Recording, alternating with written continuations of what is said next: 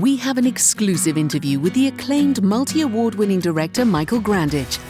His newly formed production company begins with the highly anticipated works entitled A Season of 5 Plays. So we announced that we were going to do 5 plays in one venue, the Noel Coward Theatre, where I'm sitting now, and it would be over a period of 14 months. Mainly all the plays that we've chosen came out of conversations with actors over about 18 months. Slowly this season came together with at least 7 leading actors being able to commit to it quite a long time in advance. And in Jude Law's case, who's the last in the season, he's playing Henry V, he committed to doing Henry V over 2 years in advance.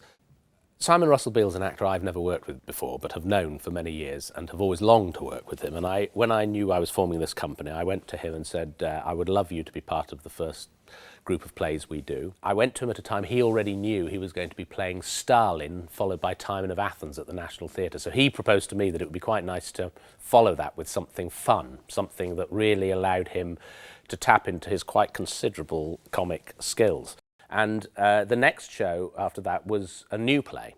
When I worked with John Logan on a play called Red, which we did at the Donmar Warehouse and then took to Broadway, it was the start of a fantastic working relationship for me. And John came quite quickly after that with his new play. And it was Peter and Alice, and it was the most remarkable premise for a story in that Alice Liddell Hargreaves in 1932 went to open a Lewis Carroll exhibition in Bumpus Bookstore in Oxford Street. It isn't there anymore.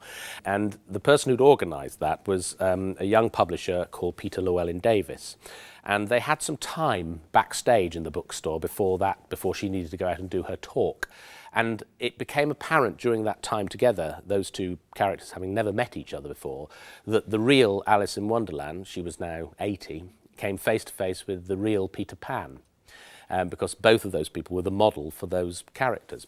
And John Logan wondered what they'd said to each other, and on that basis this play came about.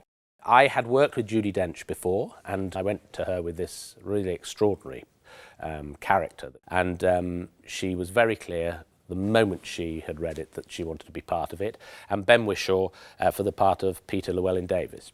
And so that's how that was born. Then after that, I had met Daniel Radcliffe. I'd seen him here on the London stage in Equus. I'd seen him on Broadway in How to Succeed in Business. I knew he was a wonderful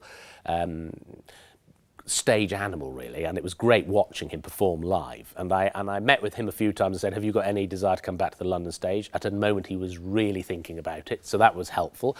He suggested something from the Irish repertoire. The Cripple of Inishmaan is a brilliant comedy written by one of Ireland's most important writers, Martin McDonagh.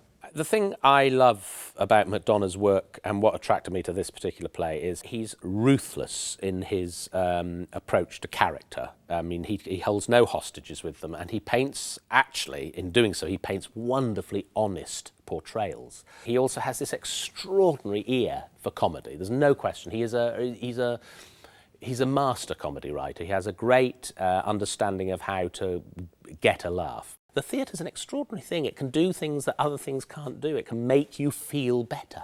It can sort out problems. It can help you understand things about your own life. It can do things that you could pay a great deal of money for in other areas, but you can, for a relatively small amount of money, it can reach out and genuinely help change your life, and I think that's exciting.